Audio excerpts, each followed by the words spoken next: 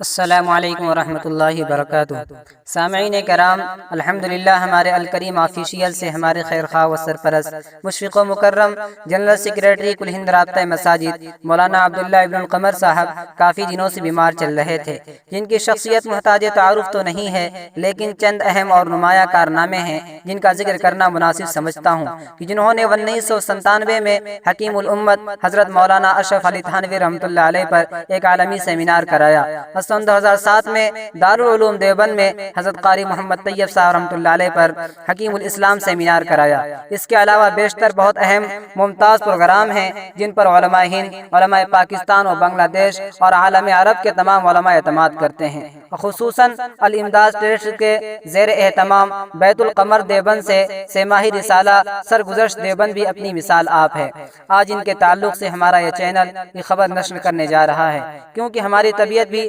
قریبی تعلق کی وجہ سے خود بھی تشویش کا باعث بنی ہوئی تھی، اور ہمارے پاس بہت سے احباب کے سینکڑوں فون بھی تعلق کی وجہ سے آتے رہے ہیں۔ اس لیے میں چاہتا ہوں کہ حضرت کی ایک ویڈیو صحت یابی کے بعد خود ان کی زبانی سماعت کر لی جائے، اور خصوصاً حضرت مولانا محمد قمر الزمان صاحب الہ آبادی دامت برکاتہم العالیہ، جن کی خاص سحرگاہی بھی شامل حال رہی۔ محترم حضرات، السلام علیکم ورحمۃ اللہ وبرکاتہ۔ جیسا کہ واسطہ بالواسطہ آپ حضرات کو یہ معلوم ہوا کہ میری طبیعت کچھ دنوں قبل تشویشناک ہو گئی تھی، باوجود کہ ہم نے براہ راست اطلاع دینے میں اجتناب سے کام لیا، پھر بھی متعلقین اور معززین اور اہل تعلق نے کو جب یہ بات جیسے جیسے معلوم ہوئی، لوگوں کی تشویش بڑھتی گئی اور لوگوں کے فون آنے شروع ہوئے، لیکن میں تو فون ریسیو کرنے کے لائق نہیں تھا۔ الحمدللہ ہمارے برادر نسبتی حافظ احمد اللہ فاروقی وہ مستقل لوگوں کو جوابات دیتے رہے۔ اب جب کہ الحمدللہ میں ٹھیک ہوں اور تمام حدود سے نکل چکا ہوں جو تشویشناک ہوا کرتے ہیں،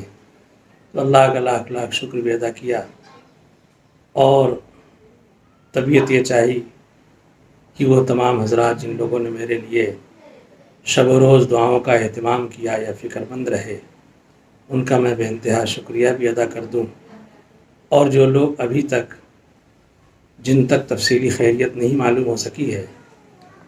ان کو تفصیلی خیریت بتا دوں کہ الحمدللہ میں بالکل ٹھیک ہوں، اور خدا کا فضل ہے کہ روح بصحت ہوں اور اپنے معمولات پہ آ گیا ہوں۔ البتہ 1 ماہ کے احتیاط کے لیے مجھ سے کہا گیا ہے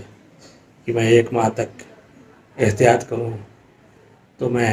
نے یہ سوچا کہ چونکہ الحمدللہ ہم لوگ کثیر بھائی اور بھائی بہنیں ہیں، اور پھر ان کے سارے متعلقین ہیں، بڑا خاندان اور رشتہ دار کا ایک بڑا طبقہ جو پورے ملک و بیرون ملک میں رہتا ہے،